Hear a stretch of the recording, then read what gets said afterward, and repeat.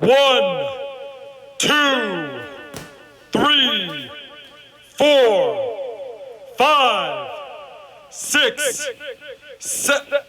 Looks like Rob's gonna get back up. Bryan hasn't noticed yet. Wait, what's this? He's calling Rob back out. There's no way the champ is gonna let Bryan win this match.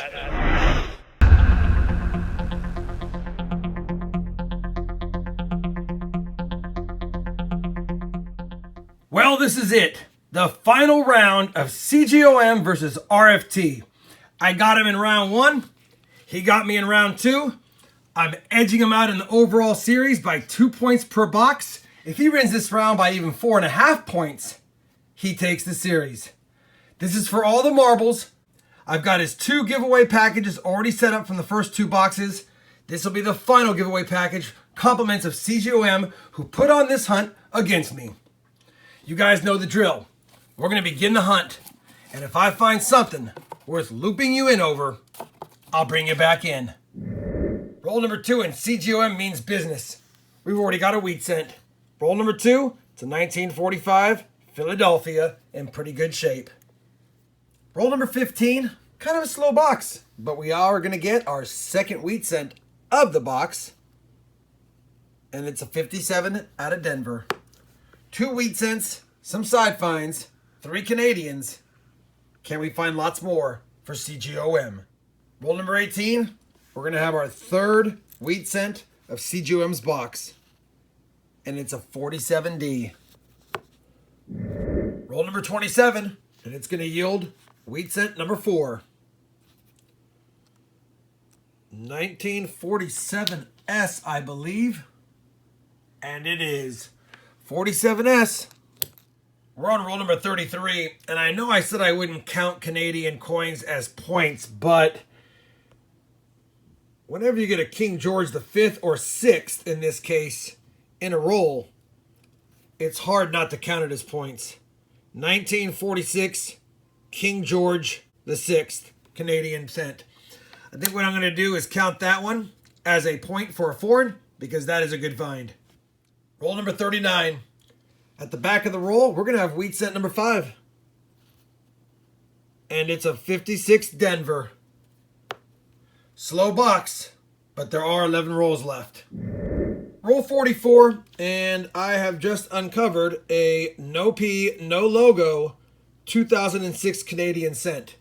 Now, I'm not scoring points for Canadian cents like this, but if we find a magnetic 2006 no P, no logo, that is an extremely valuable Canadian cent that you want to look for. It's an error for them. They were not supposed to mint magnetic coins in 2006 with no P and no logo. If it's not magnetic, it's common. I'll give you an example of a magnetic one over here. You can see it sticks. Now that's a 2009. We're not worried about that. And for those that are wondering, you can see the Royal Canadian Mint logo right below the Queen's bust. It'll either have that Royal Canadian Mint logo or the letter P. This one just has a little damage, but there's no logo there. Is it magnetic? It is not. It's not anything other than a Canadian penny. Better luck next time. Let's get back to the hunt. Time's running out. We're on roll 49, but CGOM's going to at least grab one more wheat cent. It'll be number 6, and it's a 46D. So not a lot of finds this box as far as wheat cents. Side finds are good. Can he eke out 1 or 2 more good finds? Well, unfortunately, that's it for CGOM's final box of the series. Now, I don't want to get excited here for myself because he will score lots of points with a lot of the side finds.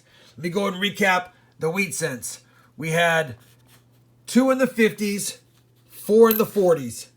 We also found, it's not going to count as points, but a gold-toned 1991 Denver. Checked the reverse for the DDR. It is not. 12 Canadians. Now, only the King George VI will score points, but I wanted to point that he had 12 in there. Take a look at this. 16 2009s, that'll score points. 5 59s, 3 69Ss, and 2 pretty decent older Lincoln Memorial cents that I'll count as points as well.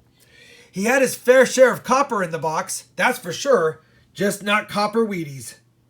Let me get this in the stat sheet, see what he scored, and then we'll get on to my box.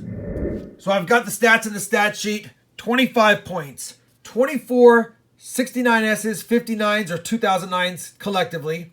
I gave him 1 point for the King George VI, 2 AUs, and 6 wheat cents. That's it. 25 points. The box has definitely got a little bit less productive as the series went on. Mine as well so far. Hopefully, I can score at least 22 points in this box, which would get me the series win, even though he may have taken 2. Anything more than 22 points, which by the way would be a bad box for my Wells Fargo boxes, would be an upset, for sure. I don't want to get all confident, but I'm feeling pretty good. Let's wrap this series up. Roll number 3, and we're going to get on the board early as well. Got our first wheat cent, and it's going to be a 1944D, I believe. Let's take a look at it under the scope. It is a 44D. Obviously, I'm looking for that 44D over S. I don't see it, but always nice getting on the board early with a wheat cent. Roll number 5. Towards the back of my roll this time, we've got a wheat cent. 1951 out of Denver. Roll number 8. Just grabbed it out of the box. Always check the enders and take a look at this. We've got a 1950 something S, so it's going to be 1955 and earlier. Let's see what it is. Wheat cent number 3 coming up for sure. That wheat cent ender is going to be, I don't know yet, a 1952 S. We'll take it. Wheat cent number 3. Roll 17. Wheat cent number 4. 1958D last year wheat cent. Roll 25 is going to produce a wheat cent, and I'm hoping because of the condition of the back, it's an older one. Either way, it's number 5 of the hunt. It's not that old, it's a 46S, but I'll take it. That makes 5. Roll number 31, almost an ender. Remove that copper cent. Saw 40 something here. 1945 Philadelphia. Wheat cent number 6. Same roll. Maybe a little bit of a hot streak here. Wheat cent number 7 is a 57D. Roll 35 is going to give us a few finds. I happen to notice that we had the obverse of a wheat cent here, which is a 1949 out of Denver. And so I pushed down the stack just like this, and sure enough, expose a second one. This is going to be wheat cent number 9 of the hunt. And it's a common 56 Denver, but I'll take it all day because that gives us 9 so far. And we still got that roll and 15 more to go. Very next roll, roll 36, almost another ender. 1 copper ender, and right behind it, yet another 57 Denver. I think that's what we had last time when we had an almost ender as well. Either way, that's 10. Let's get more. Roll number 47 is going to give us wheat cent number 11. I already saw it, it was facing me. 56 Denver. Can we get to 12? Well, we finished my box. Now, we did do well on wheat cents. We got 11 in the box. Nothing older than the 40s as usual, but I usually get less than 10 in a box on average, so getting 10 or more does feel good. That being said, the side finds were not as many as CGOM's box. Now, the formative years, 2009s, definitely saved my life because we had a ton of those. But we ended with 11 wheat cents, a Canadian that doesn't count, 14 of the 2009s, 3 59s, 2 AU type coins, and 1 69S. It's going to be tight. I may have taken it. We won't know until I plug it in.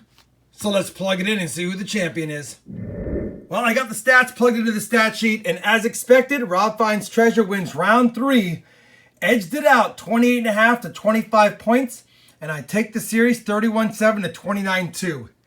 At the end of the day, only the first box is really good. After that, kind of slowed down. But that's coin roll hunting. You never know when you're going to get a great box, and you never know when you're going to get average or below average boxes. That being said, I do want to thank Coin Group Minnesota for the challenge. I had a lot of fun filming and editing and hunting these boxes. As a reminder, please check out his channel. I'll have a link down below in the video description, as well as a link up here that you can click to make sure you subscribe and follow his content if you'd like. As another reminder, all of CGOM's box finds from box 1, 2, and 3 will be packaged together as one end-of-stream package for one of my next live streams. Thank you again, CGOM, for the battle. Sorry I didn't pull out the win this time, but there's always next time, my friend. In the meantime, if you guys enjoyed this series, I'd appreciate a thumbs up. And as always, everyone, happy hunting, and thanks for watching.